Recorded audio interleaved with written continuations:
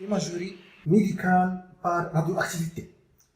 Un traceur utilisé pour l'imagerie médicale est le glucose marqué par le fluor 18. Ce traceur s'accumule dans les cellules cancéreuses, grandes consommatrices de sucre. Le traceur est fabriqué sur place de manière à ce qu'au moment de son injection au patient, la dose administrée ait une activité de 260 mégabecquerels.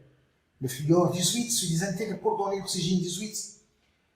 La mesure de l'activité A, toutes les 20 minutes, à partir de la date égale à 0, l'instant de la fabrication, a permis de tracer le graphe de l'activité en fonction du temps.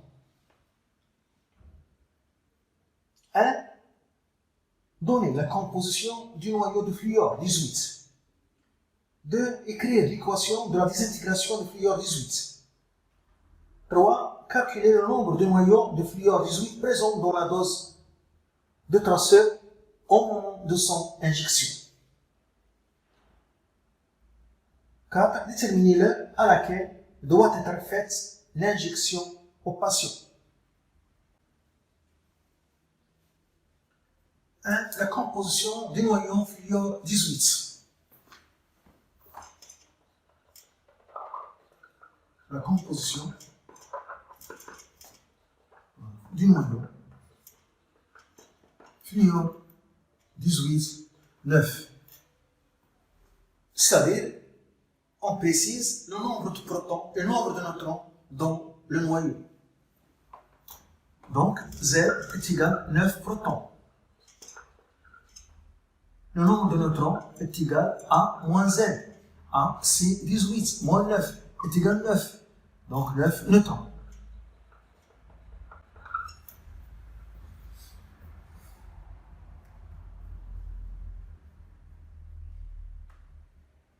C'est la composition du noyau fluor 18. De l'équation de la désintégration du fluor. L'équation de la désintégration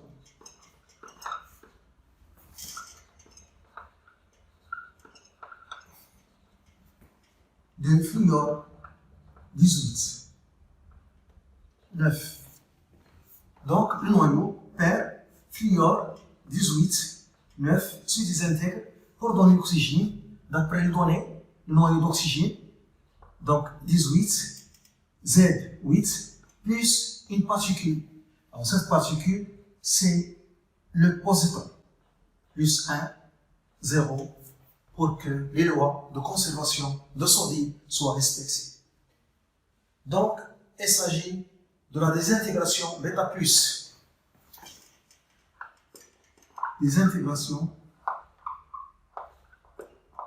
bêta plus. Il y a émission d'un positron. Le positron et l'électron, elles ont même masse, mais des charges opposées. Le nombre de noyaux de fluor dans la dose, 3. 3. Le nombre de noyaux fluor 18 dans la dose. On utilise la relation l'activité A est égale lambda fois le nombre de noyaux.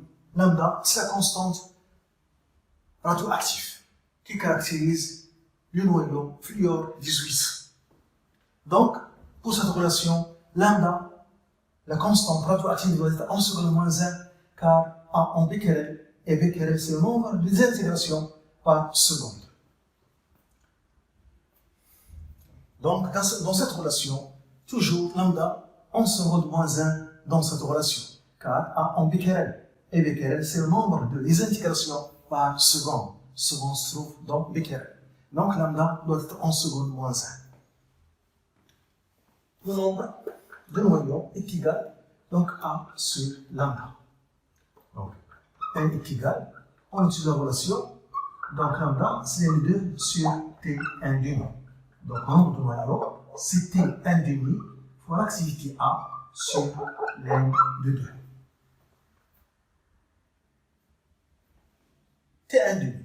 dans cette relation en secondes, car en becquerel, et le becquerel, c'est le nombre de désintégrations par seconde.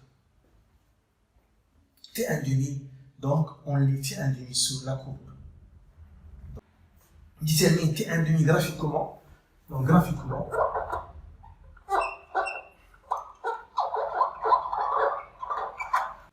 à T égale à 0, d'après la courbe, on a l'activité à 0 est égale à 800 mégabecquerel. À T est égal à T1,5, T1,5, la demi-vie, c'est la durée au bout de laquelle l'activité initiale est divisée par 2. Donc, à T1,5, on a A est égal à 0 sur 2. Donc, 800 sur 2. Donc, c'est 400 mégabecquerel. Donc, on passe cette valeur sur la désautonomie et on lit l'abscisse correspondant qui est T1,5. On place cette valeur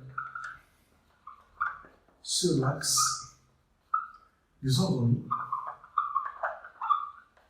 et on lit T1,5 sur l'axe des abscisses.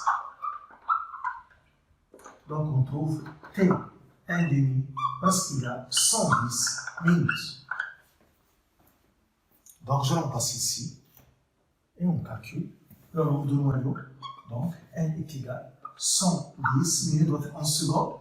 Donc T1,5 dans cette relation doit être en secondes, car ici on a becquerel qui est le nombre de désintégrations par seconde. Et A, l'activité A, c'est l'activité de la dose. 260 mégabecquerel. 260 méga, c'est 10 au 6 becquerel. L'un de deux. Le nombre de noyaux dans la dose. Donc, n égale application numérique. 2,5, 10 pouces 12. On trouve 2,5 fois 10 pouces. Noyau radioactif dans la dose qui a pour activité 260 mégabecquerel. 4. L'heure de l'injection.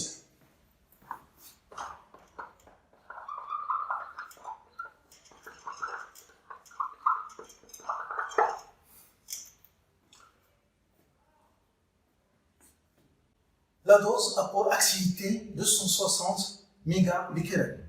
Donc, on va reporter cette valeur sur la crise de données et on va lire la durée correspondante graphiquement. Donc, graphiquement,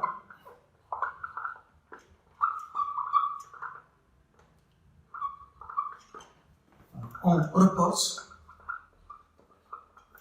la valeur A égale 260 mégabecquerel sur l'axe des ordonnées et on lit la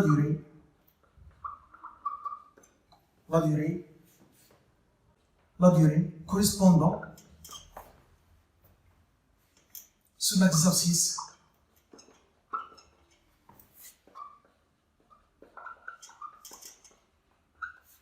Donc on trouve T égale presque 180 minutes. Presque T égale 3 heures. Donc, l'heure de l'injection, c'est 3 heures après la fabrication de la dose. Donc, l'heure de l'injection est 3 heures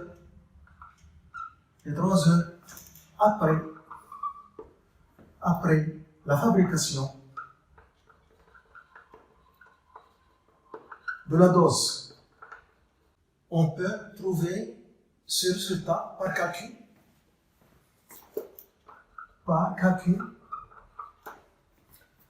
On applique la loi de décroissance radioactive. Loi de décroissance radioactive. A est égal à 0 expo moins lambda fois T. Donc A sur A0 est égal expo moins lambda fois t. ln A0 sur A est égal lambda fois t. Donc t est égal ln A0 sur A sur lambda, qui est égal T1 demi, on remplace lambda par son expression ln de 2 sur T1 demi, et on trouve T1 demi ln de A0 sur A sur ln de 2.